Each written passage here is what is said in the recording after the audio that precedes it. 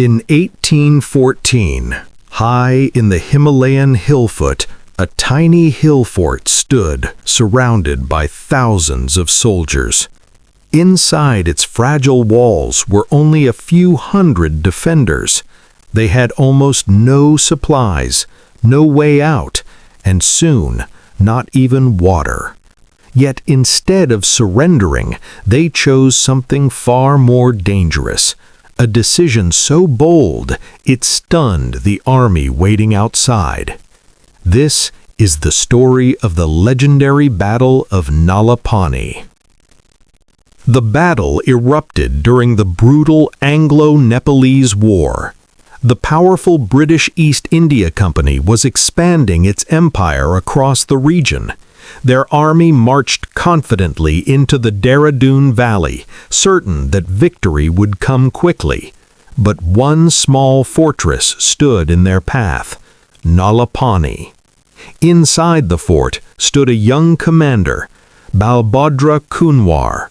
With him were barely 600 people, not just warriors, families, women, children, outnumbered, surrounded, yet surrender was never spoken of.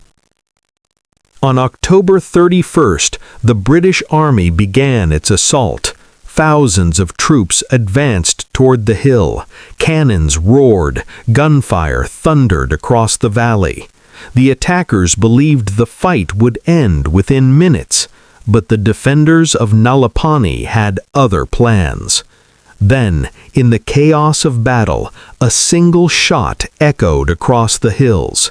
The British commander, Robert Rollo Gillespie, fell dead. Shock rippled through the attacking army.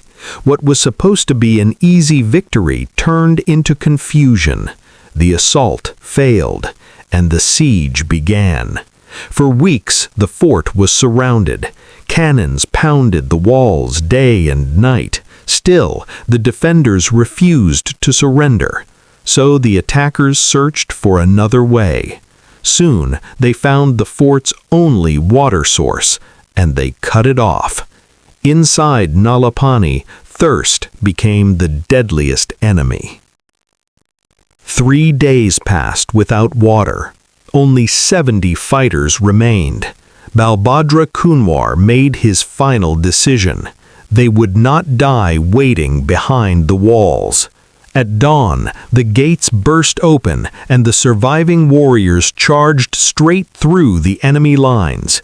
Against impossible odds, they broke the siege.